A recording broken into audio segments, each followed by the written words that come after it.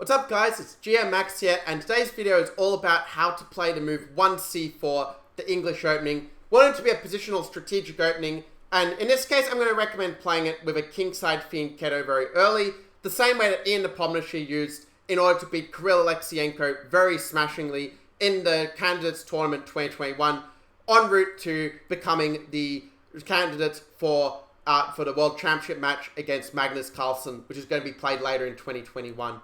So before I get into that though, I do make sure to smash that like button so I know to make more videos like this. I'm also going to show you how you can play this G3 setup, like G3, Bishop G2, Knight F3 after C4, against the other moves as well. Now the move E5 is really the big question I think for any English opening player, because this is after all a reverse Sicilian. But by using this G3 move order, we can set a few practical problems. For example, if black were to go for the approach I recommended in an earlier video for black with D5, it's worth pointing out that the delayed knight c3 and knight 3 does give white some extra options here. For example, one approach has been quite popular in the last couple of years at a high level is to play the move knight f3 and castles, kind of playing like an accelerated dragon with colors reversed, but where at club level you're going to see a lot of players play a move like bishop e7 or some normal developing move, but that allows white to take the initiative in the center with the move d4. And if we're able to trade off that e5 pawn, well, that's pretty much your dream in these positions as white, where now that bishop comes to life and they've got the extra pawn in the center for a nice advantage. Or if they go e4, you can put your knight in on e5, and they're going to be annoying that way by just sort of hitting their knight and threatening to double their pawns, and also hitting their pawn on e4 for an added bonus. That's why black should probably go knight b6. But then a very interesting approach is to play b3 and go for a kind of double fianchetto, where we put the pressure on that pawn on e7. And we can also think about playing d4, like you can even play it immediately if you want to. Or you can prepare it with some knight developments and sort of wait and see what happens from there. So if you like to play Sicilian defense with black, I think you're absolutely going to absolutely love playing this with white. You know, so excited, like I said, absolutely twice there. But anyway, of course black does have other ways to play the positions, but if you play c6, you're running into moves like d4 or even knight to f3. And again, you're going to get a reversed sort of Alpen Sicilian, where that extra tempo does help you to get some pressure against that d5 pawn later if they do play d5. And if they play a move like knight c6, well, we can go knight c3, and we kind of stop them getting in the d5 break. So it's a pretty annoying move order for black, where if they do play bishop c5, we can kind of play a move like e3 and put the blot on that bishop. For example, if d6, you go knight g2. And if they play a6, you can just go a4, even d4, and hit back in the center. Or even just play a move like b3, bishop b2, and these kind of steps are just going to be very promising for white. The reason I'm delaying castling is so that if they do go for an h5, h4 pawn storm, then we can sort of hit with d4 in the center and kind of, well, take the initiative, because if we can castle long later, well, it kind of makes h5 look a bit stupid in that sense. And if they play bishop b4, then yeah, you can put your knight on d5, and often you can either sort of go after the bishop pair or just kick it with a3. And then with kind of normal developing moves, I do think that white gets a small pull that basically sort of neutralize the bishop b4 pin. It often ends up being annoying in the lines if you were to play an earlier knight c3, like on move 2, for example. Anyway, that's a sort of very brief overview of the lines with e5. Of course, this isn't the place to give a complete repertoire, because, well, there are a lot of different lines that black can play. But like I said, you can sort of play g3 against most of these moves in general. Like, it's pretty much anything, like c5, g3. Again, it's a very straightforward setup for white. You know, if they go g6, then there are a lot of different setups that white can play. You know, the one that probably gives you the best chance for advantage is to go knight f3 castles and try to get in the d4 break in different versions. But if you're after a good shortcut, you can also play d3 here. And for example, after d6, you can go e4 and play the Botvinnik formation with knight g2 and castles. It's a very safe way to play the position as white. And your next moves like h3, bishop e3, and going for the kingside pawn storm are pretty easy to execute. You also have a plan B where sometimes you can also play on the queen side with rook b1, a3, b4. Of course, it's not a position that's going to give white any sort of advantage, but it's an easy system to play, this Botvinnik formation. And it's one where if your opponent's not prepared for it, you might just get a nice advantage because your moves, you can play them all nice and quickly and know they're good moves, whereas they have to think a lot longer to find similar strength moves from black if they aren't familiar with this beforehand. And finally, if they do play some other move, like let's say something like the Slav, for example, like c6 or something like this, well, then you get options like you can play knight f3, and you sort of can play again a fianchetto approach with g3 and this sort of thing if you want to, where they can take the pawn, but you do get quite interesting compensation in those lines. Again, this is a little bit outside the scope for us to go deeply into. You can also play e3 as well if you really want to avoid the lines where they sort of take c4, but do keep in mind that after knight f6 and g3, then they can still play c6 and you are still basically brought into this pawn sack line anyway with knight f3 and dc4. So you kind of have to be ready for it in any case, but after castles you are going to be able to play moves like a4 and knight a3 and queen c2. So in most cases you're either going to get the pawn back, or if they do try to hang on to it, you can kind of get very good pressure in the center. Even a move like d3 and knight e5 kind of allows you to get very good compensation in the style of the Catalan. I know this is quite an advanced concept admittedly, but do make sure to subscribe to my channel so that you can get more Grandmaster videos and learn how to apply some of these more advanced concepts in your own games through exposure. In any case, the game saw the move e6. The one other move I will point out is they can play a King's Indian with this sort of thing, but yeah, again, you can always play like some system like e4, knight e2, and it's sort of a better version in some ways, I think, when a knight is committed to f6. So again, this kind of setup will still work well as a lazy way to get out of the opening with a safe position. Of course, the knight f3 approach is probably the other way to play.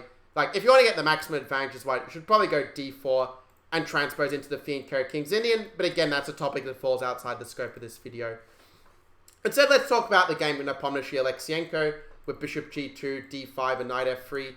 And it's worth pointing out that this line is probably a better version for black compared to the Slav lines we saw with a pawn on c6 instead of e6.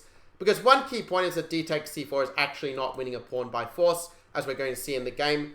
Now, if black plays a bit differently, say if he goes bishop to e7, well, after castles, we have quite a pleasant choice. We can either play the move d4 to transpose back into the Catalan, where black commits bishop e7.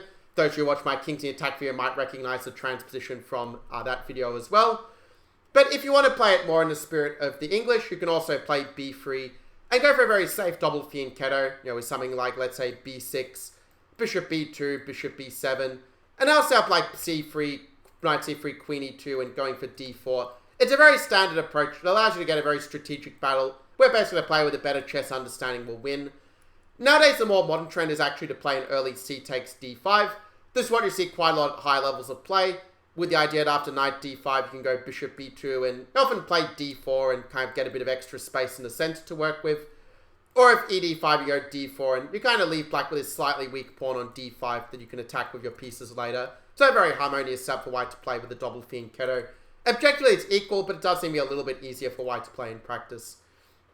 And if they play a move like d4, well, it kind of leads to a reverse Benoni, where you basically have an extra tempo, which does help you quite a lot, because not only do you have the extra tempo from playing with the white pieces, but also in this case you also have moves like bishop g5, and, well, they're also going to need an extra tempo to get a move like e5, so you might well find you actually end up being 2 tempo ahead of tempo you have a normal Benoni than the way the position plays out.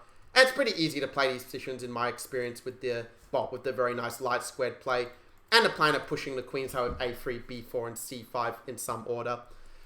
In any case, the game saw d takes c4, and in case you're wondering why this is not winning a pawn, it's because of the move queen a4 played by Nepomniachtchi. Now let's enjoy how the game played out. If black plays c6, we can sort of play queen c4 and kind of benefit from the delayed d4 by saying that, well, we can sort of delay it by like waiting for a better moment. Also moves like a4 can also harass the pawn on b5. And in the game, black instead played the move knight b to d7. White took back the pawn, and black played the move a6 here. And the idea of a6 is basically to go for a kind of Moran style setup with b5, bishop b7, and c5. And if black gets all those moves, then he generally has very decent play.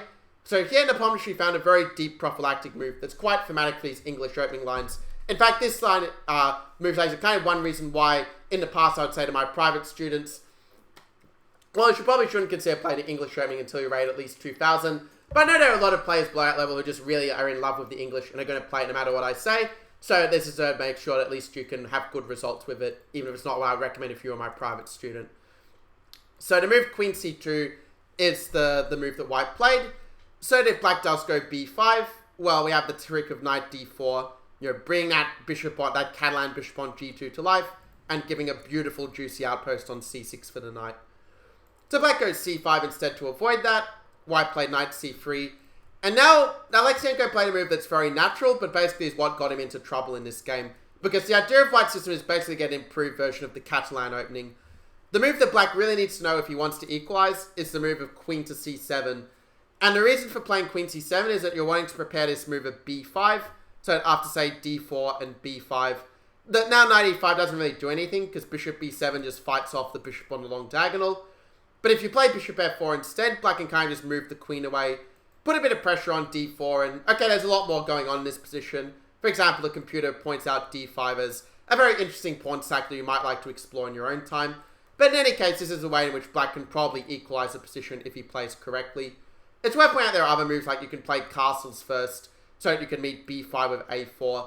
So there are definitely move orders which you can set some problems, but in this case, probably b6 and bishop b7 will still be quite solid for black, even though I would say it's a tiny bit easier to play for white, but the engine thinks it's just equal. But instead, after the more natural bishop e7, well, this will allow white to get his advantage with castles, and now a very nice move at d4 by Nepomniachtchi.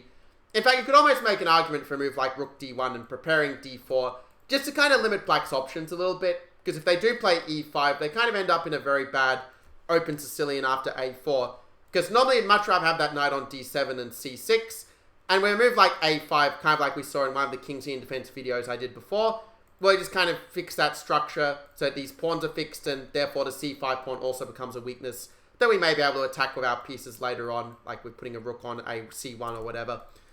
In any case, the game saw d4, and maybe even here it might not be too late to go b5 and try to challenge that bishop, because that really is what constitutes most of white's advantage in the game after the move cd4 and knight d4.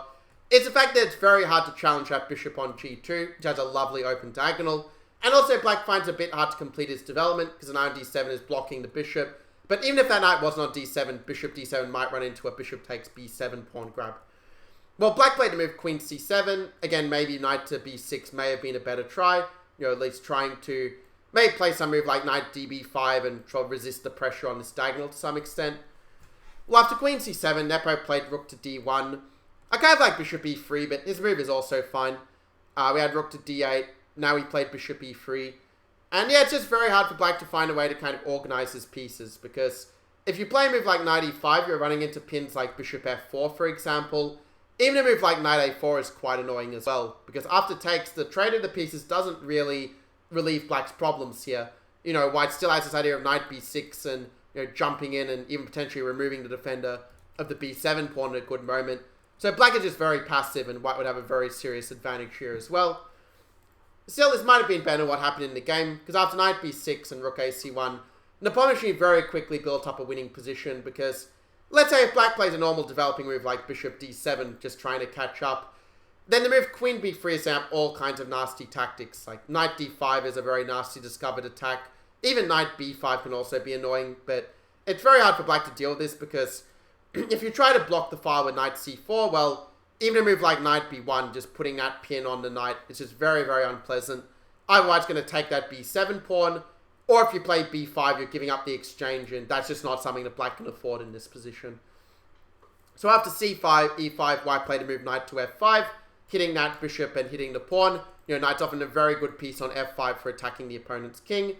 So in the game, basically Alekseenko decides to get rid of it with bishop f5. But now that we see that the bishop on g2 is completely unopposed, and still you've got ideas like bringing a discovered attack with a knight. So it's just very, very sad for black. And in the game after knight c4, Nepo just kept up the pressure with another great move. I want to see actually if you're able to find this move. What would you play if you were white at this point? Okay, well done if you found Nepomniachtchi's move of bishop to g5. Now, to be fair, there are a lot of other good moves for white. Knight d5 is also quite good. Even rook d8 and then bishop g5 is not bad either. But the reason bishop g5 is more effective is that, well, if you played rook d8, you're kind of helping black get his rook developed for free, so you don't really want to help him develop his pieces if you can help it in general. And if black does play a move like knight takes b2, trying to grab a pawn, unfortunately knight f5 is all over red rover, where we're hitting the queen, the bishop, and the knights. And if black tries a move like queen e6 to defend, well, we simply discover an attack, and we're going to take the queen, and that is going to be GG from there. So black played rook takes d1 instead, and now after the move knight takes d1, it's kind of a nice way to uncover the attack on the knight. And also you're going to notice how there are a lot of tactical problems for black because the queen is opposite the rook, and often putting rook opposite your opponent's queen is a very good way to create a lot of tactical opportunities for yourself. Black played rook d8 in the game, and this is where Nepo finished off with some very nice attacking play. He played a move bishop takes f6, transforming his bishop pair advantage into something even more valuable. Because now after bishop f6 and bishop e4, we see that black is not able to stop a check on h7 anymore, because if you were to play g6, clearly the bishop on f6 can just be taken for free then. So instead, Alekseenko desperately looked for some sort of counterplay. I'll point out, by the way, h6 also wouldn't save the game, because after queen h7 and knight e3, this is just completely hopeless for black. You might think that a move like b5 keeps the game going, but even a move like b3 is just going to win the knight with the pin. So it's just not playable for black whatsoever. So he played queen a5, and now Alekseenko is trying to meet rook c4 with rook d1 and trying to get some counterplay in this sort of way. But with the move knight c3, white just kept full control.